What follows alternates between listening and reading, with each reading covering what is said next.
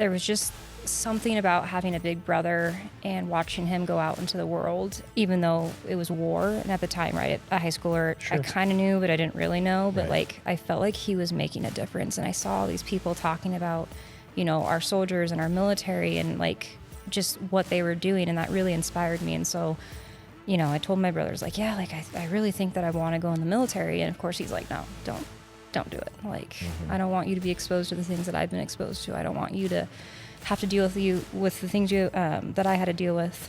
He's like, why don't you like look into like law enforcement or something? And I was like, oh, okay. And so I started, I got into the cadet program. Actually, it was called the Explorer program with Redmond PD at 15 years old. This job, with some of the things that I have experienced in my personal life, has probably been one of the most rewarding things I've ever done. There's just been people that I have dealt with, I shouldn't say dealt with, but people that I've interacted with in this line of work that I can tell walking away from them, like, we truly touch each other's lives. And sometimes that's because what they share with me, and sometimes it's because what I've been able to share with them. Sure.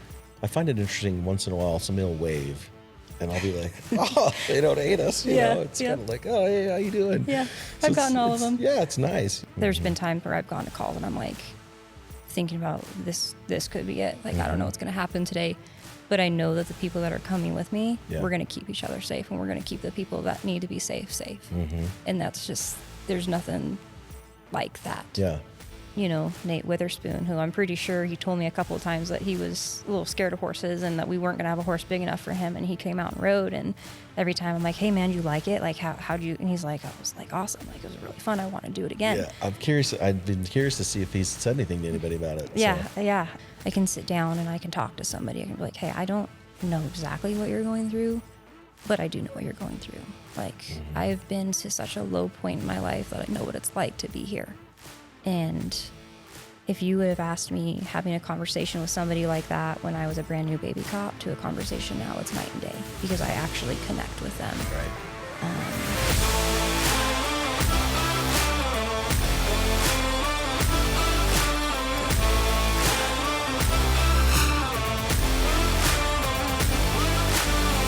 You ready, Jacob? Oh, you ready? Okay. All right, welcome into Frontline Podcast. This week we have Kiersten Schwindt, formerly Kiersten Oshner. That's so weird to hear. I know, it is weird to hear. It's hard to kind of say. Did you change your name tag yet at work? I just got it last week. Oh, I still say deputy auctioneer at work, though. it's fine. Yeah. Well, Kirsten is a pro staffer with Frontline Outfitting and also a deputy sheriff. We work together, and it's good to get her on now and finally kind of crack open and tell everybody about you so we can get everybody on our team exposed and the backstory on them. So I think we'll start with I like to just kind of give people a backstory about yourself. So where did you grow up? Well, I was born in Astoria, Oregon, so a little coast town, but I only lived there for maybe a year of my life. And then we moved to Central Oregon, obviously about a year into my life, and I've been in Central Oregon since. So not born, but raised in Tumalo. My parents still live in the same house that they built in 1999. Grew up going to school in Redmond, sports, all that stuff. When did you, how old were you when you got into horses? I've always been a little obsessed with horses for as long as I can remember. I officially, as a kid, my mom took me to this place called Diane's Riding Place. She sold her big facility and is now just doing a little small gig in Tumalo. And so I started out there, and then when I was like 12 or 13, we had this reining cow horse ranch down the road from us in Tumalo. Robertson Ranch is what it's called. It was formerly Little Remuda. And I begged my mom to take me down there to see if I could do lessons or something, or, maybe muck some stalls to just be around horses. And Fran and Alex Robertson that day took me under my wing, or under their wing, and Fran pretty much gave me a job and taught me everything that I know about horses. And so I've been involved with horses for as long as I can remember now. Diane. Yeah. Love her. Yes. She is a funny lady. Yes, she is. She grew up in Newburgh, where I grew up. Really? Mm-hmm. She was in Ernie Brown's class. I did not. I would have never guessed that. Yep. And Ernie and Diane and were a year ahead of my brother. They graduated in '86. So when we took our kids there, and Grace was riding at Diane's, and it was just hilarious to see her again, and it was like old times. She was a funny gal growing up, you know. Yeah, she's got a cool little place there. Yeah, small world. Yeah, it was it's crazy to see when you drive by now the facility. They've got a big, I think they're building a house in front of where the barn used to be, so they ripped everything out. But she's still got her place just to the north of it. Yeah, that she's doing her little small operation out of now. Okay. When did you get your first horse that you personally owned? My first horse that I personally owned was when I was probably 17 or 18. I adopted a Mustang from Warm Springs at 6 months old. Comanche was his name. I still tell my husband that if I've been ever given the opportunity to buy him back, I would. It's like one of the biggest mistakes I made was selling him. Do you know where he's at? Is he still around? Or? I think he's over in the valley. The gal that I sold him to, I reach out to her every once in a while, and she told me that her girlfriend is using him for OSET stuff, or at least her daughter is. So last I knew, he's doing some OSET stuff over there, but definitely wish I wouldn't have sold him. Interesting. Huh. And so when you started, did you, because I know you've trained horses, right? Or so did you learn all that from the place in Tumalo, or the reining place that you were working at? Fran taught me everything from starting a baby to like halter breaking to desensitizing to sacking out yearlings to saddle starting 2-year-olds, 3-year-olds, all the way up to, horses that are in their seniors. Yeah. She taught me everything I know. That's pretty awesome. Invaluable tools to have. Yes. I would say. That's incredible. I don't have any of those skills. So that's why you're on you're a pro staffer, and we need you. But I still learn every day. That's good. I know it is a learning thing. I don't know. They're cool animals. So, Did you do any rodeoing when you were in high school or anything, or no? No, I was never in the rodeo scene. I was too infatuated with the reining cow horse world, which is what Fran and her whole ranch was about. So everything about reining horses, cutting horses, cow horses, that was what I loved. And, I never got into the barrel racer scene or anything like that. Yeah. For a short stint of time, I picked up roping, but never competed in it. I think I just got too busy in life, especially in my young adult life, that I couldn't commit to it. So yeah, that's awesome. Did you go to college? Some college. Yeah. Fortunately, I went to college, but very quickly got into law enforcement, so I never actually finished school. Yeah. Yeah, but you had a good job before you came to us, or we came together, worked together. Yeah. Go Costco. Yep. How many years you work at Costco? Got hired when I was 18 and worked there up until just a couple months before I turned 21. So just a few short years. Oh, okay. Yeah. I thought it was longer. You came to the sheriff's office when you were 21? Technically, I was given my conditional before I turned 21. I was given my conditional when I was 20. That's right. I vaguely remember that. Yeah. And then by the time I turned 21, and then the next month I went to it. Well, actually, the next month I got sworn in and then went to academy. Good gravy. You're just a baby. Yep. Little baby. Wow. Not anymore. That's cool. Did you like working for Costco? It was a good job. It for a fresh out of high school job, it paid really good. Yeah. Benefits were good. Insurance was good. There was a lot of different positions that you could work in. And so I worked on the front end for a little bit, cashiered for a little bit, but my favorite, position was the night crew, driving forklift and stocking product. I still have a very, very close friend, from Costco just because of that position that I worked for a long time there. Huh. When I was driving back from Boise yesterday, I was thinking about, because we were going to do this podcast, I thought about some questions to ask you, and it's got to be you probably have this when you're new there, or when you haven't been there a long time, but what did you buy the most working at Costco? Gosh. The dried mangoes would be a killer for me. The dark chocolate covered dried mangoes. And I'm a sweet tooth, so anytime I can get chocolate. Man, I don't really think there was a specific thing that I bought the most because things are constantly rotating in and out of Yeah. there. So there'd be something good that I'd try and I'd kind of burn myself out on it, and then I'd go to the next thing. Right. And also when I was, 18, 19, 20, it was just me. So I didn't really need like bulk Costco size cereal or anything. It would just spoil. It just get you. I need 1 bottle of ketchup and I get 3. Exactly. Lasts forever. Yeah. That's good. Okay. So who inspired, did anybody inspire you, or were you always wanting to be a sheriff or a cop or whatever? No, I actually, obviously being horse crazy, I wanted to get into the equine world, whether that was like veterinary medicine or something along those lines. And then in high school, I ran track. I was very successful in track. And so I kind of thought about a sports med route, and they kind of toyed with that idea for a little bit. But really what inspired me was my oldest brother, Joel. He served in the military. He was in the military for 12 plus years, I believe. He did one full tour in Afghanistan, and then basically did like a private contractor tour back over there.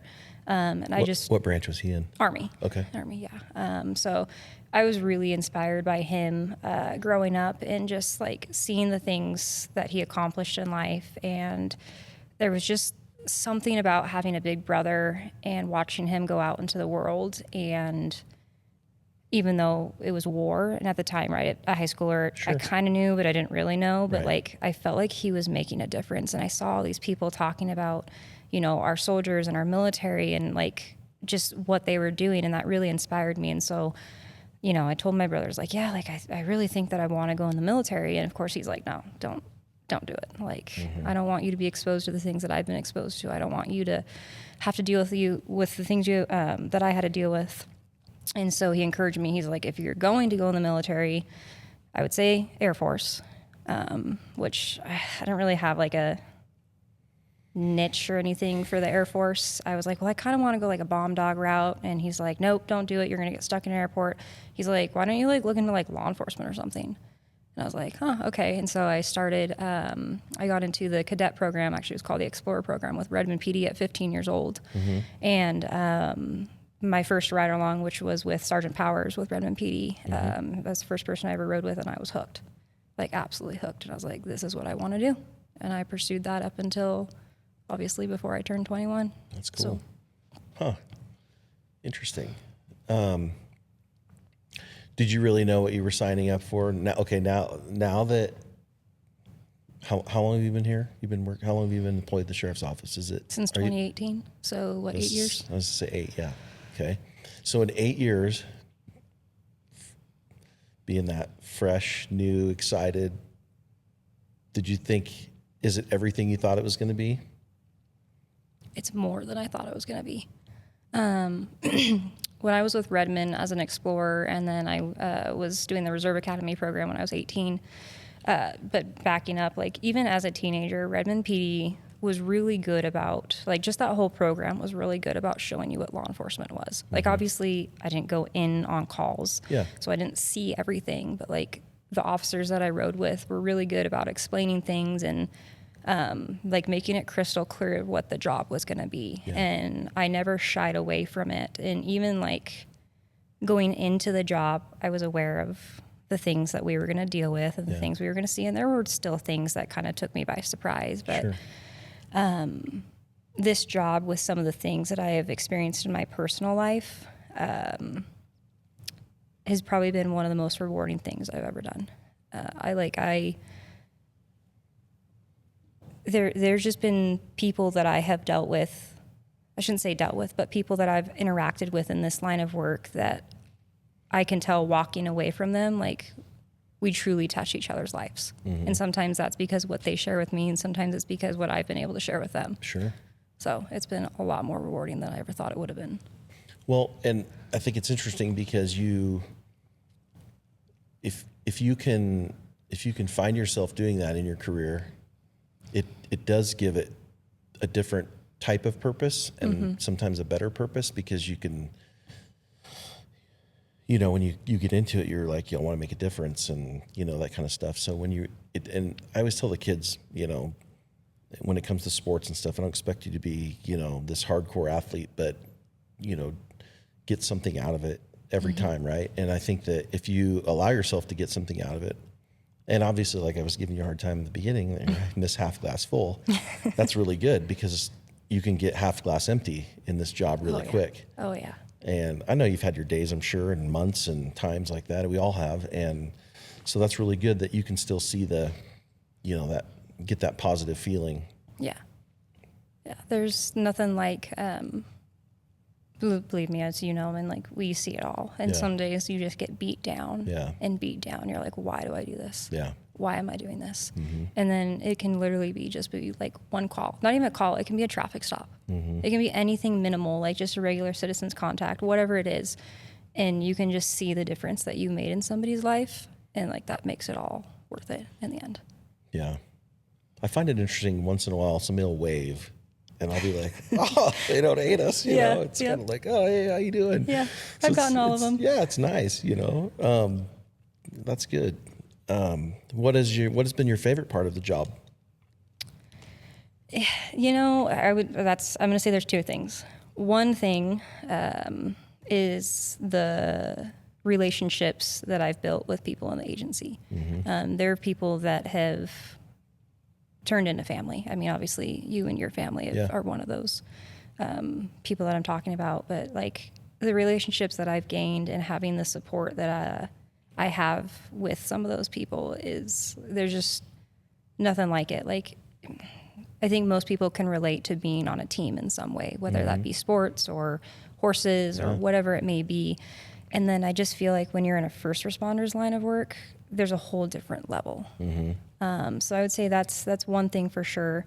I'm gonna pause you for 1 second. The interesting thing about that, like you're saying, and I always like to, when I got hurt and had kind of a career-ending thing for sports and college and stuff, and I did not know how I was going to fill that void, but the teamwork and like what you're saying, it's another level. And I think that what you're talking about relationship wise is we spend more in a 25-year career, if that's what you do, usually more holidays, birthdays, anniversaries and whatnot with people we work with and on theirs as well than we do actually home with our family. And so I think you build a massive bond because you eat with them, you work with them, you trust them, you talk to them when you're down, you talk to them when you're up. So sorry. And what was the second thing? I just wanted to add that. My train of thought is gone now, honestly. I'm sure it'll kick back in my mind here in a minute, but you got me kind of on the camaraderie train. So but no, I absolutely agree with you. Like I don't think there's many things that you can do in this world to where you can trust somebody going into one of the most dangerous situations. Like there's been times where I've gone to calls and I'm like thinking about this could be it. Like, I don't know what's going to happen today, but I know that the people that are coming with me, we're going to keep each other safe and we're going to keep the people that need to be safe. And that's just, there's nothing like that. Yeah. You're right. Cause just the trust you have to put out there, because we all have a job to do. And whatever that role is, that moment, you've got to rely on whoever else to do that. And that's a hard thing to do, I think, because I can't even trust my husband to go get ketchup from the store. Well, if you'd buy the 3-pack at Costco, you wouldn't need it for 6 months or a year. That is true. That's true. No, that's good.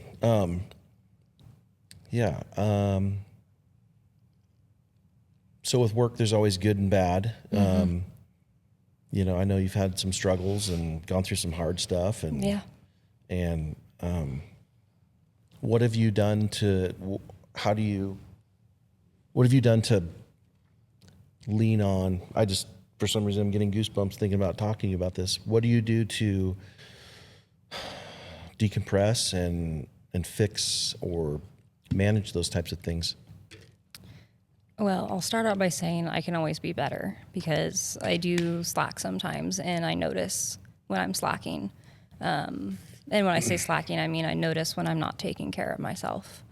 But the things that help me, one of the biggest things is obviously horses. Like my horses, in conjunction with my dogs, have really helped pull me out of some dark places in my life. There's nothing like jumping on the back of a horse, and whether it's a loop around the arena or going out on a trail or something like that, that can really, like, there's just this connection to the animal. And then I'm not going to get hippy dippy, but some people might think I'm getting hippy dippy, but like, there's this connection that for me at least, that I have with the animal, that I feel literally down into the ground, like into the earth, that just resets me.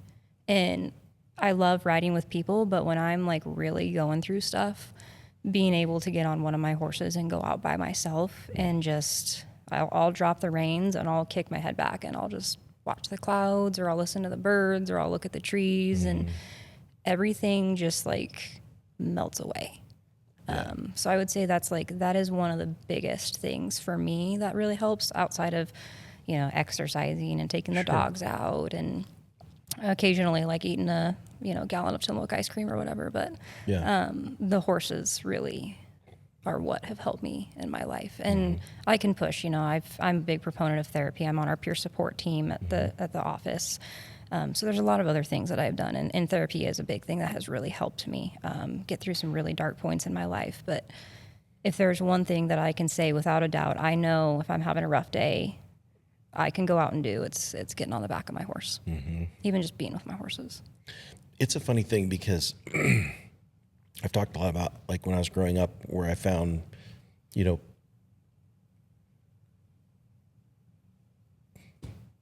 calm down here for a second. Don't. When I was a kid, the experience with a horse was very, like, just so far apart. And I remember when it happened, I would just be like, I'd have to, like, it would fix a lot of things, for a long time. But until I owned them, I didn't really know that feeling of, and that has been, in the last 2.5 years for me, has just been like, whoa. Yeah. I can do that here, or, I never even thought when I was younger I would ever own a horse trailer, that I would, hook up a horse trailer and load them up and go do stuff and go out and ride in the wilderness by myself. I mean, not that I was scared. Some of it was confidence, but also just, I never could see myself doing it. And now doing it is like, I don't know how I lived without it. Right. It's wild. Yeah. So horses, but I think that, and I think people have connections with certain things, but there's something about being on the back of that creature, and I don't know if it's Braveheart or whatever, I've always been fascinated with the cavalry and the heavy horse, all those types of things. I love the lineups and things. I don't know what it is. But it's powerful. Well, there's a reason why equine therapy is one of the major things that they use for a lot of different people. I mean, you look at it, even in our line of work, there's a lot of rehabilitation programs with inmates that use equine. I mean, Healing Reins, give them a shot. They're amazing when it comes to helping children. Crystal Peaks. Yep, Crystal Peaks. Like, their horses. I mean, look at our entire lifespan. Everything tracks back to a horse. Yeah. I mean, that's what people used for civilized, like, to get around, to do things. It all tracks back to a horse. Yeah. You couldn't have developed any of these countries without them over time. The work they did and things like that. It's amazing. Yeah. I love them. Who do you have for horses right now? You got 2. I'm down to 2, which is probably for the best. So I have Django, which we all know how Django is. He is a Warm Springs Mustang. He's my third Warm Springs Mustang that I've owned. And I will say there's nothing like a Mustang. Like, Mustangs, when you pick the right one, it's like a loyal dog. And yes, Django has his faults. He's not too crazy about men. He's not mean. He just is not fond of men. He prefers the ladies. But when it comes to me and that horse, like, I'm his person. Yeah. Like, that horse is all about me and I'm all about him. So he's a little crabby pants, but he's my crabby pants. And then there's Kid. And Kid I've had for a couple of years now, and he is a really great horse. He's an Eeyore. You can throw anybody on him. I can put kids on him. And he just will mope down the trail. And I shouldn't say mope, but he'll just kind of Eeyore down the trail. And every once in a while, he'll get a little pep in his step and he wants to trot or whatever. But he's like, I could put anybody on that horse and feel comfortable with them on him. We put when Gretchen was on, and I had took Gretchen and Allison for a ride. Her sister Allison had trained horses in her lifetime, blah, blah, blah. And she'd been on horses a lot. She rode Kid. And they did he got a little pep in his step. She's like, is this cool with you? And I'm like, yeah, you're doing great. You're more trained than I am, but he loved it. It was awesome. Yeah. Yeah, so. he's great. I think in recent years, he's gotten a little more spunk in him. Because when I first got him, he was very just like sluggish, and you were like really having to get after him to get him going. And now every once in a while, he feels good, and he's like, oh, I want to stretch my legs, Mom, or whoever's riding. And I let him go, and it's usually very short lived. And then he's like, okay, I want to walk again. Yeah, that's all right. For what we're doing, he does a good job. Yeah. He's great for it. So. How do you feel about Frontline and what you're doing and what we've got going on? I was so excited when you told me about this. Like when you approached me and you're like, hey, I have this idea and this is what I'm thinking, and I know you're into horses.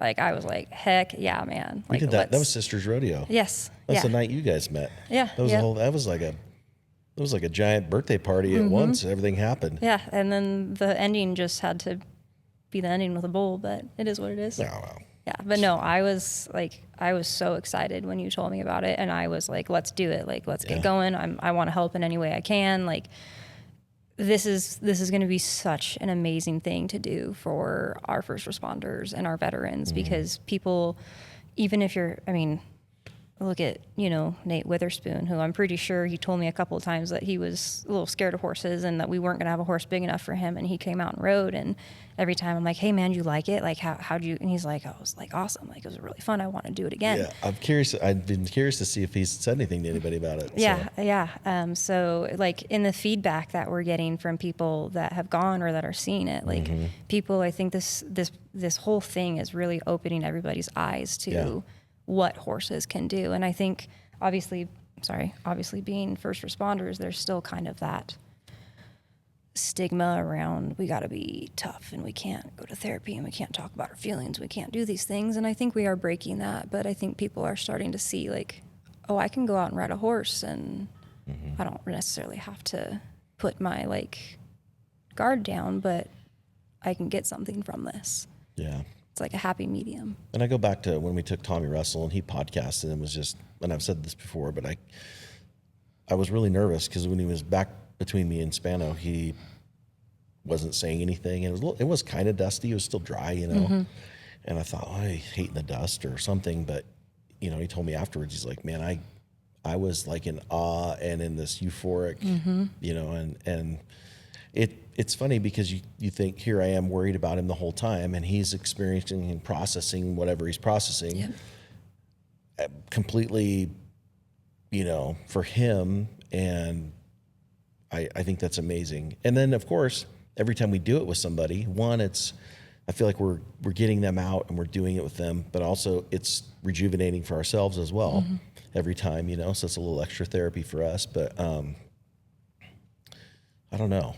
It just, I keep there. I'll call Spano once in a while, or I'll talk to him about something, and I feel like I'm like this little kid, but I just keep telling him, I'm like, I just can't stop thinking about it. I'm so excited, and I want to do this when I retire for a full time. I want to do it for a job, and I hope that we just keep, building this thing to be self-sustaining, and because the mission is not, there's nothing that's, we're not looking for anything out of it for ourselves. It's just, I don't know. If I could take somebody go out 3 or 4 times a week, I would totally do it. Oh, I'm right there with you. Yeah.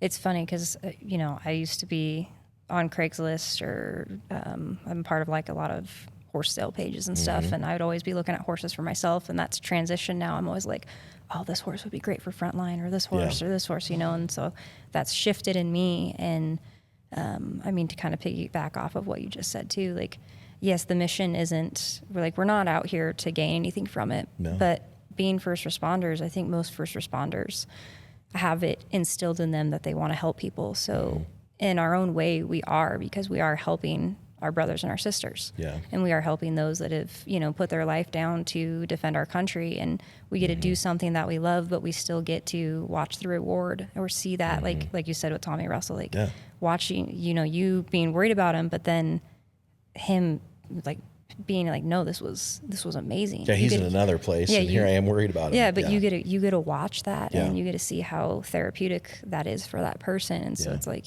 you still get to help. Yeah, yeah. What have you had, like, what's some struggles that you can talk about, or you're willing to talk about through work that people can kind of relate to, that are. Let me ask you this question first before we dive in too far into that. Did you ever, or have you ever, or has it been hard being a woman in law enforcement? And I'm not being stereotypical, but is there anything that you've noticed, or are we past that in 2020? Well, in 2018 when you got hired? I would say when I first got hired, it was difficult. And a disclaimer, like, I'm not out here to bash on any females as first responders, but unfortunately there are people, and not even just first responders. We see it in the medical field. We see it in law firms. You see it. I mean, you see it all over the place. Teachers, like, it's not just first responders, but because the limelight is down on us so hard, we are always everybody's looking at us. We have a standard to uphold more so than anybody else, I think, for the most part. And so starting out, it was a little hard because there have been females, I'm not saying specifically within Deschutes County, but there have been females that have made it hard for male counterparts to trust. And so I did feel like for the first year or so, like, I really had to show my team, like, you can trust me. Like, I'm not going to backstab you. I'm not going to turn around and file some sort of, harassment claim or anything like that. Like, you go to most guys that I work with and they're like, Kiersten, she has the foulest mouth on her team. You can say anything to her and you're not going to offend her. She's probably going to make you blush, and she lets everything roll down her back. Like, people have said nasty things to me at work, and I'm like, whatever, dude. Like, you're talking to the badge, you're not talking to me. Yeah. And so I think once my male cohorts saw that, then they were like, all right, like, we can trust her. Yeah. So there was a little bit of a bridge that I had to get past. And I'm sure if you spoke to a lot of other females in the first responder world, they probably have experienced similar things. Yeah. Nowadays, I think that has changed a lot. Yeah. I don't think that it is as predominant as it was. I think that females are getting, I shouldn't say more traction, but they're seeking these careers more. I mean, women are, not to toot our own horns, but I mean, we bear children, we birth children, like, we can do some pretty crazy things. And so I think that is starting to, like, people are seeing that, like, oh, like, we don't need to worry so much about it.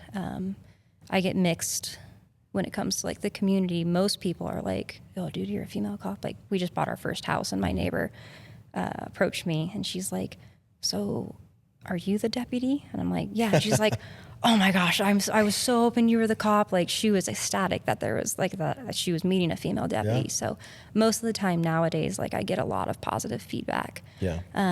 Not too much negative feedback anymore. If you had, and like I said, I'm not forgetting about where I was going, but if you had, like, advice or something you would tell a young female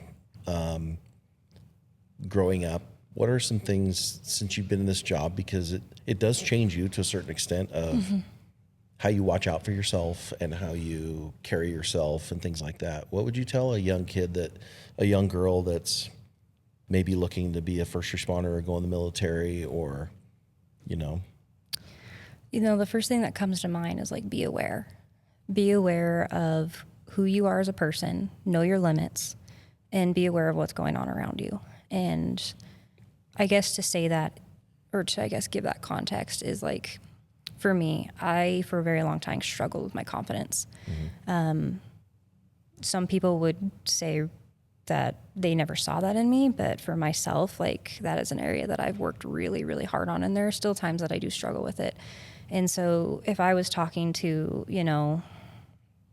your daughter or, you know, another coworker's daughter. Like, be self-aware of the things that you struggle with and don't be afraid to work on them. Like, go for it. Like, you are, am I allowed to cuss? Probably not, but like, be a badass. Yeah. Like, show people who you are and show people that you're a strong, confident female. Like, and if you can't get there, find somebody that's going to help you get there, because there are a lot of people, even men, like I mean, Mike Megan and Logan Bilyeu, those two people within the agency really, really helped me. Like, they helped my confidence. They helped grow who I was. And so I would say that, like, be self-aware of the things that you struggle with, but the things that you're good at, and then just go for it. Like, work on it. Don't be afraid, because you don't want to turn around in 20 years and be like, I really wish I would have done that.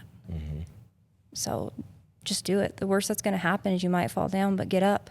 Yeah. Just get up and do it again, you know? Yeah. It's good.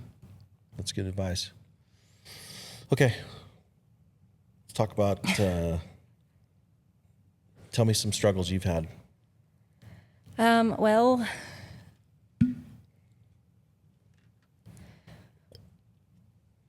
so I've been in cop for, like we said, 8 years now. And there have been obviously some things in this line of work that have gotten to me, and there's been stuff in my personal life that at the same time that was going on, it was not good. And on top of that, we were also doing this schedule thing where we were trying 2 months of straight days and two straight months of nights. That was horrible. It was horrible. I learned that me and night shifts did not get along, to the point that, like, I was having severe insomnia, and so bad to that I was having auditory hallucinations, and all of this stuff was going on. Like, me and straight night shifts did not get along. But I had worked my first infant death around that time, and that was really hard, even though I didn't have kids, but that was still really hard. And there was a couple other calls. There was a point in time when our team was known as, like, Team Death, because it was like every single week we were getting a death. Yeah. And so I want to say for about 2 or 3 months, it was like to the point where we would check who had the last one. All right, you haven't had one in 3 weeks, your turn to take it. Like, it was so bad. And then a lot of things in my personal life, to the point that, and I feel like most people at the agency know this now, and I feel comfortable sharing it, but I had to take a leave of absence from work. You know, I took 9 months off of work because my depression was so bad, my anxiety was so bad. I wasn't sleeping, I wasn't taking care of myself. Like, I was a mess. And I remember we had just had a bad call, and Sergeant Gochi, who's retired now, he was my sergeant at the time, and I was like, hey, can I meet up with you? And he's like, yeah. I was like, I'm just really struggling, and, you know, I'm not sure what's going on, but I don't feel like myself. And so he was like, just, you know, take the weekend, go to the beach, do this, and, you know, let me know what you need. And I was like, all right. So I was planning on going to the beach. Good dude, by the way. Yeah. Oh, solid dude. Absolute 10. Yes, absolute 10. Yep. And so I kind of had this plan of, like, all right, I'm going to take my dog and I'm going to go to the beach and I'm going to try to reset, and maybe that will help. And I didn't do it. I ended up going to my doctor and divulged to my doctor everything I was feeling. And my doctor was like, you're not going back to work. We are taking you out of work. And that was really hard for me. And at the same time, it felt really good to let it go, though, to tell somebody, like, I am struggling. Yeah. And if I keep doing this, like, this is going to get bad. And so we had that conversation. I walked out to my car and I called now Captain Sundberg, and I just started bawling on the phone with him, like, just sobbing. Yeah. And obviously that prompted, like, everybody's like, whoa, what's going on? And people showed up at my house, and it was this whole big thing. And full transparency, like, I have no issue sharing this. And so, like, I struggled really hard with suicide during that time. I was very, very suicidal, and I had really bad suicidal ideations, which obviously prompted, like, being off of work and needing to get myself right. And that's not all, obviously, I just want to reiterate, like, not all attributed to the job. There was a lot of things in my personal life that really got me to a point, to the lowest I'd ever been. And so Captain Sundberg, now Captain Sundberg, you know, we went through everything that we needed to go through, and he was a saint because he just reassured me. He's like, we're going to take care of you. Like, don't worry about your job. We're going to take care of you, but you need to get healthy. And I think he's one of the handful of people in the agency that knows what it is, like what it's like to go through some stuff. And so his support was, even though I was going through this giant ball of turmoil, having him stand there in person in front of me and be like, we're going to take care of you, also settled me. And so I proceeded to obviously spend the next 9 months taking care of myself. You know, that included therapy, riding my horses a lot, coming up with all these different things that my therapist was having me work through. And it was really, like, looking back on it, it just seemed like a whirlwind of everything. But going through that, like, I don't regret going through it. I don't regret getting to that point in my life. Not like I had a choice to go there. Like, obviously it just happened. But because of the experiences that I've had and because of the things that I lived through with that, I came back to work a stronger person.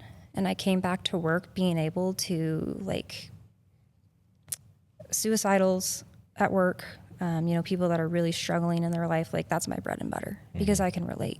I can sit down and I can talk to somebody. I can be like, hey, I don't know exactly what you're going through, but I do know what you're going through.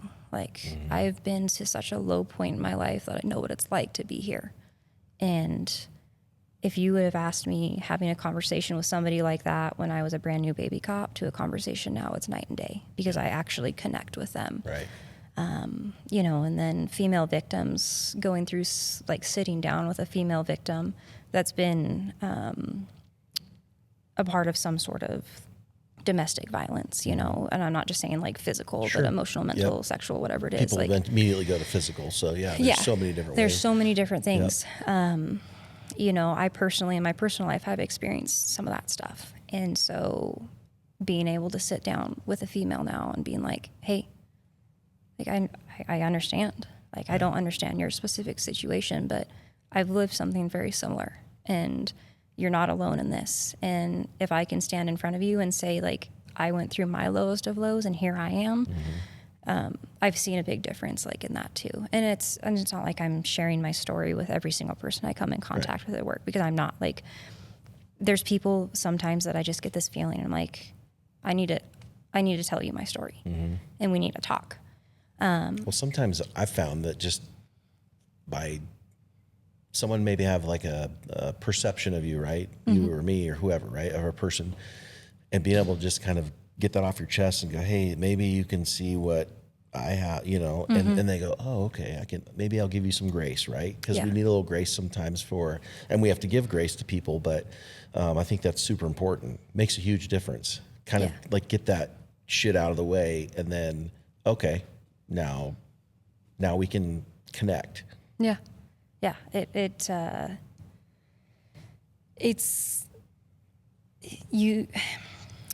I see it in people's eyes when that shift happens.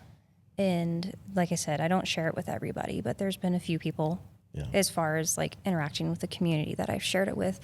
And it's just been like, I can be handling the situation and something will just happen. And it's like, I feel this connection. I'm like, all right, here we go. Like, we're really going to connect now. Yeah. And as weird as it is to say, like, I'm grateful for the things that I went through. Obviously, I don't ever want anybody to have to experience the things that I've experienced, because depression is a dark hole, a very, very dark hole. And people who have only experienced it really, truly know. But even through all of those things that I've like went through, I'm really, really grateful I did, because I get to bring those now into my job, and I get to actually, I feel like I really am making a difference at this point in time in some people's lives. And I wouldn't trade my experiences for anything at this point in time. Yeah. I'm fascinated by resiliency. It's kind of something that, because I never went to therapy ever. It's a hard thing to do for people. It is. And I started going last summer and did some EMDR stuff for some things, and just working through just garbage, right? And it's wild to find out, okay, to look back and like what you're talking about, go to those really dark places and to where you're at today, and you can talk about it, you can recognize it, you can make a difference in someone else's life. And the resiliency is something that I think in people is just phenomenal. And sometimes I think about, because I've had suicidal thoughts in my life as well, and battled through some of that. And I think if you a lot of people have in this job, not everybody, but a lot of people have, and a lot of people have just in life. And because it just seems like I can't do anything right, and whatever, this would just be easier if I wasn't suffering through this. But when you find out what you can really go through and what you can, and how you can fix it, and maybe not fix it, but how you can kind of package it up and deal with it. And then, I don't know, I think you just become even a more valuable tool to the people you're in contact with, because you can relate, and it just makes that part of your empathy just massive. Yeah. I don't know. It makes a big difference. It does. It really, really does. And we see it a lot of times where something can be, and I'm not saying everybody does this, but we all know people that come and ramp people up, do those sorts of things. But you also have, as well as I do, that you have these situations where this thing could go really bad, whether we're going to be fighting, and then it turns, and it doesn't, because of just you took the time to share, or however you did your verbal judo to kind of help this person, and it changes the situation. And I think those are amazing. Yeah, I agree wholeheartely. Yeah. So what do you do? What like going through now when you've worked through a lot of that stuff and you've come back to work, let's say you're struggling. What do you do what's Kiersten's go-to? Obviously horses. Do you have another, what helps you kind of reset?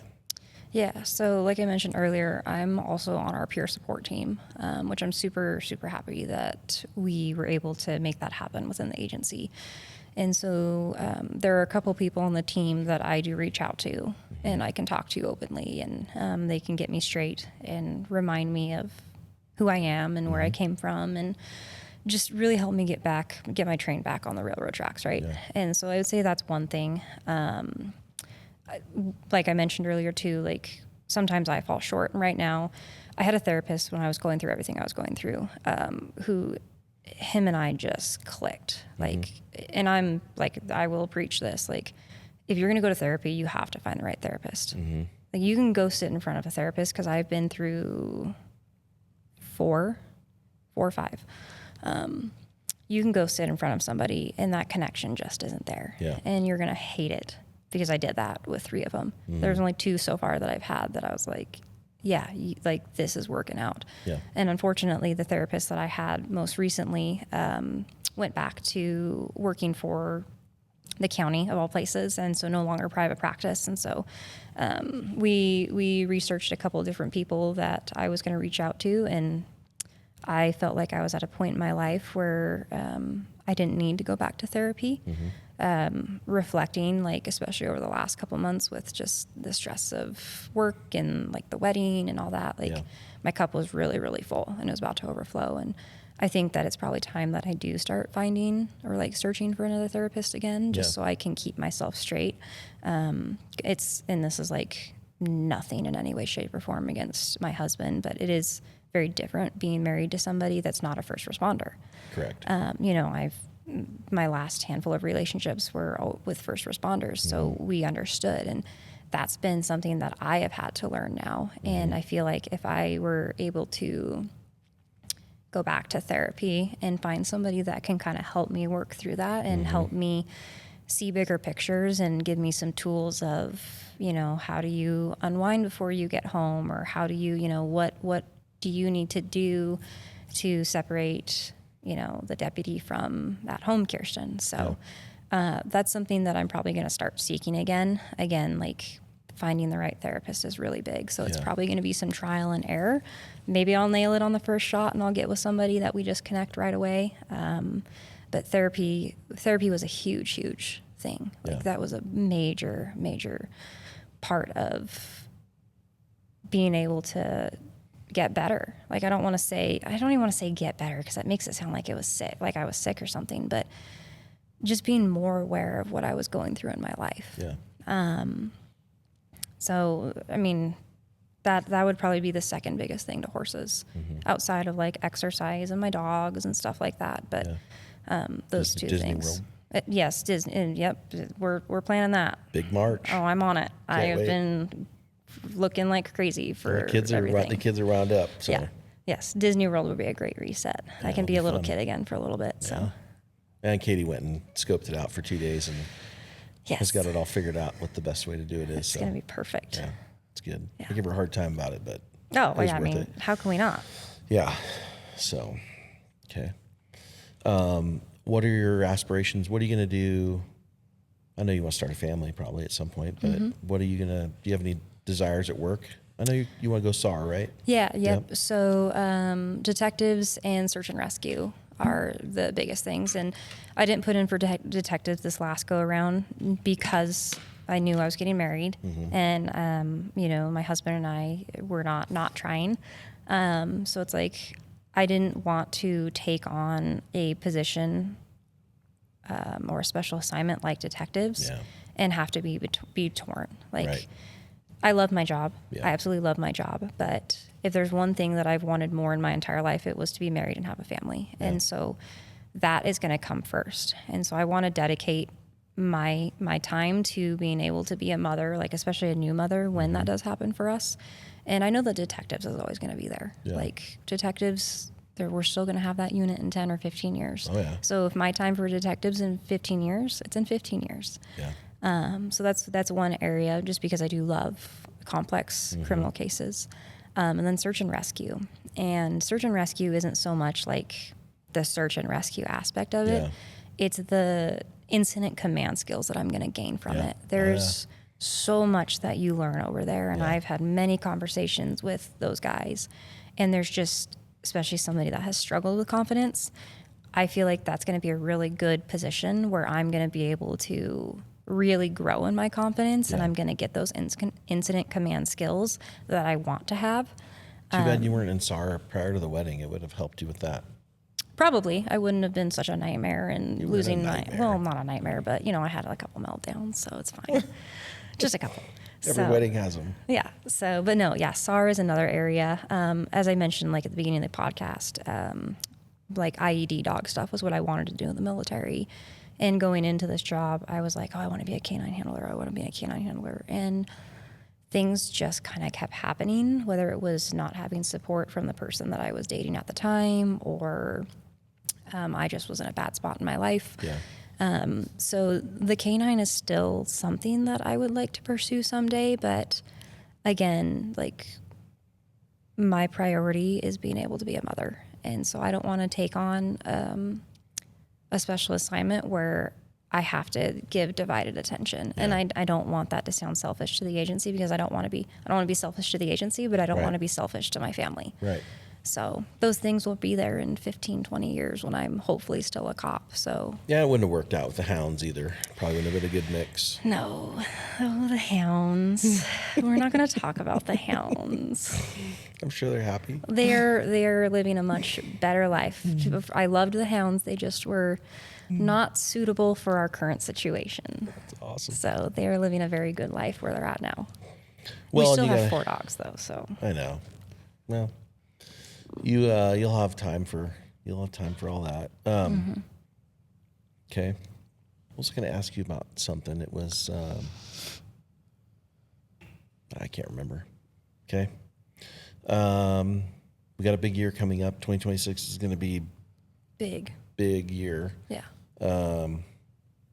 We got some things kind of in the works with maybe some hunts for people for elk hunting, and we're partnering with some fishing people.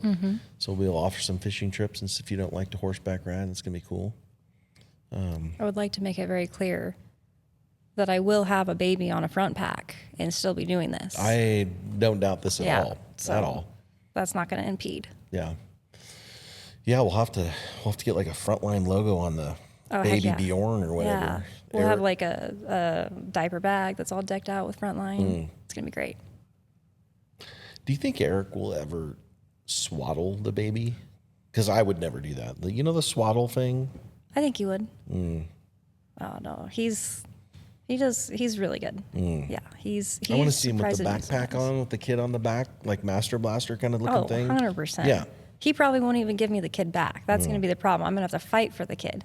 You'll have a little buck and shoot in the living room where the kid rides the bouncy ball bowl. Oh no. No. Eric doesn't. Eric is the bull. He just lets the kids crawl on him, and he just does it himself. Yeah. So he's great with kids. Yeah. It's like I said, it's probably going to be a fight getting our child back from him. So. Yeah. Well, you'll have Gracie if she's not off to college yet to help babysit too. I'm sure your family will want to. Oh, I'm sure your daughter is also going to steal the baby. Yeah. Yeah, sure. She's not been incessantly sending me photos of newborn clothes and all of that. When are you going to have one? I'm like, I don't know. Brother. I can't control it. She's mad she hasn't been kissed yet, so don't take advice from her. She's ready to be a nurse and married and I know. whatever. I know. She can live vicariously through me. We'll just drop the kid off and be like, bye. Yeah. You used to have to carry the sour or sack of flour or sugar in high school for the whatever parenting class. It was horrible. Yeah. When can I put this thing down? Yep. Yeah. 18 years maybe. Yeah. Yeah. Okay. Well, we're going to wrap this up, and I just appreciate you coming on and just getting everybody out there that everybody knows who Kiersten is. And you know, if you're going to come on a ride with Frontline and you don't want to go with a bunch of dudes, Kiersten's awesome, and it's going to be great. Yeah, I'll take anybody out that wants to go. There's a new trail in Ochiko that I want to hit up this spring. That looks really, really good. So I'll have to share it with you later. Okay. Awesome. I have some other ones I was going to tell you about that I looked at too. So awesome. That might be something to do in the winter, but I'm down for it. Well, thanks for having me. I appreciate you. Love you to death. And yeah, it's going to be awesome. Okay. Disney World. Good job. Disney World 2026. March.